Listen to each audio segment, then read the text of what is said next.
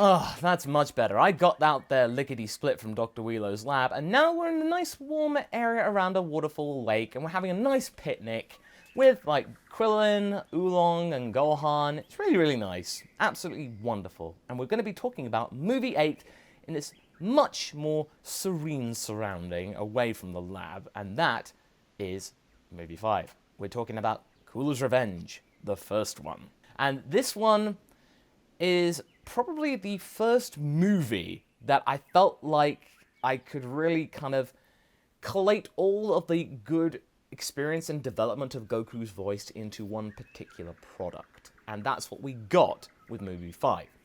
So Goku's performance in this one, I felt really happy with, and it had some good jokes in it. It's like, hey you, get away from my food, my friends, hey you, get away from my friends, my food, my 2 emergency foods, and my son.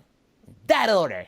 Yeah, there are just some nice little nods, and again, this is the first time you get to see General Ivan in action as Cooler, and man, when I first heard his Cooler voice, dang, that's a really good voice.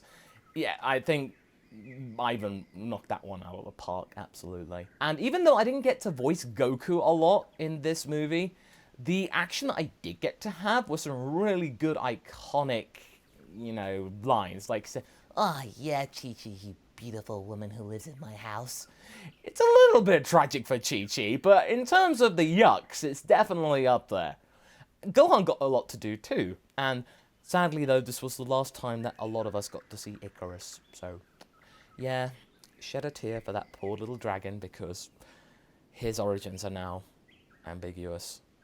I'm just saying, nobody ate him. But either way, everybody knows about the Cooler Goku fight, and almost Goku having some sympathy with the guy about really empathizing about, King Cold and stuff. Daddy monkey this, daddy monkey that, and all that kind of thing. So that was a nice little kind of heart-to-heart that Goku and Cooler had while they were fighting underwater. So that was a moment. And then, of course, the one moment that I really remember the most is all the Toriyama, no! And just the no! That moment.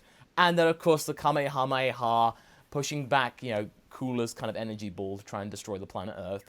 Just all of those moments. And, of course, not going anywhere for a while? Grab a Snickers. Just one of those moments, and it's actually one of the first ones that Goku really gets to go low and gravelly. Like, really kind of menacing. That was really, really refreshing. After a lot of time, and I know it's a callback to, I'm going to break you like a Kit Kat bar. We'll talk more about that later on in another video, but suffice to say, this was a very good time, and it established a lot of things, and it was the first project that Philly and I were dating, and when I was recording this, so it was certainly a turning point in my life, let's just say that.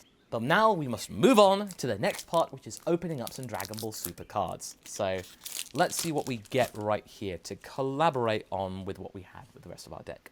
So we have at first the Super Gallic Gun, which I know is very handy, so it can't hurt to have a second one. Videl Miraculous Aid, and oh no, it's a Super Saiyan looking one, and that is not very good and misleading. Permanent, this card gains Saiyan in all air. That does not help. This card basically becomes a Saiyan card, essentially. You can count it as a Saiyan.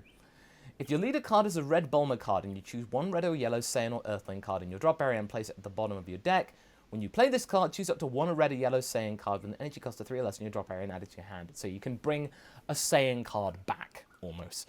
Focused Breakthrough. So it's almost the ew card! And it's a counter. If your leader card is green and your life is at 4 or less, if the battle card being played has an energy cost of 3 or less, it is placed in its owner's drop area instead of being played. So you just can go, no, that goes straight in the drop area. Permanent, if you have a multicolour card in your energy and your life is at 4 or less, you can activate this card's counter skill from your hand by adding a card from your life. So you can activate it at any time, essentially. The Blutz Wave Generator, we've had this one before. Son Gohan Determined Training. Trunks the Cunning, we've had. Son Goku Prepping for Battle, we've had. Nappa, Son Goten Brainwashed, the Son Goku Leader card, we've had that a few times already, Oolong as well, and the last one, wow, we've just blasted through these, Chi-Chi Motherly Majesty, and this one is different, and it's a red energy. If you have 2 or more red-green multicolor cards in your energy, when you combo with this card, draw 1 card. We do have one, that's the Raditz card, but we might have to mulligan that one since it's not really compatible with our deck. So it's a cool card, and it's a rare one at that, so, you know, good to know. Now we're back to this misleading Videl card. But we gotta pick one. We have a Trunks the Cunning already, but the Bloodswave Generator, let's read this one again. When you activate this card, you can't activate Bloodswave Generation for the duration of turn. You lead a card as a baby card, look up to 5 cards from top of your deck. Ooh, we don't have a baby leader card yet. So we'll have to forego that one. Trunks the Cunning, that might be a more likely one, but at the same time, having Nappa might be pretty special. That's alright, I guess, but sometimes it can't hurt to have. It's an energy card, so alright, okay. I know what we're going to do. Okay, we're going to have Trunks the Cunning and Super Gallic Gun. Having another Super Gallic Gun in there can't hurt. But yeah, there we go.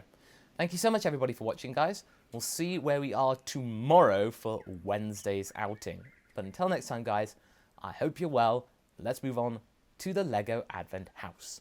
Catch you later.